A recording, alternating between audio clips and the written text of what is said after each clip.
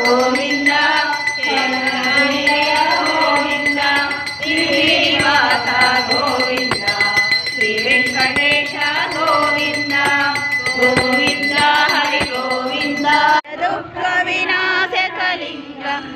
प्रणमामि सदा शिवलिङ्गं देवमुनिप्रवराचितलिङ्गं कामदहर करुणाकरलिङ्गं रावणधरलिङ्गं प्रणमामि सदा शिवलिङ्गम् अष्टदलो परिवेष्टितलिङ्गं सर्वसमोद्भवकारणलिङ्गम् अष्टदरिद्रविनाशकलिङ्गं तत्प्रणमामि सदा शिवलिङ्गं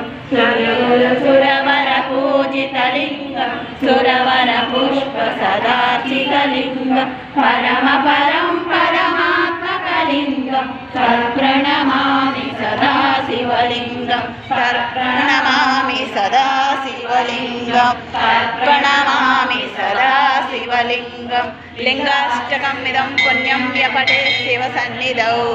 शिवलोकमहाप्नोति शिवेन सह।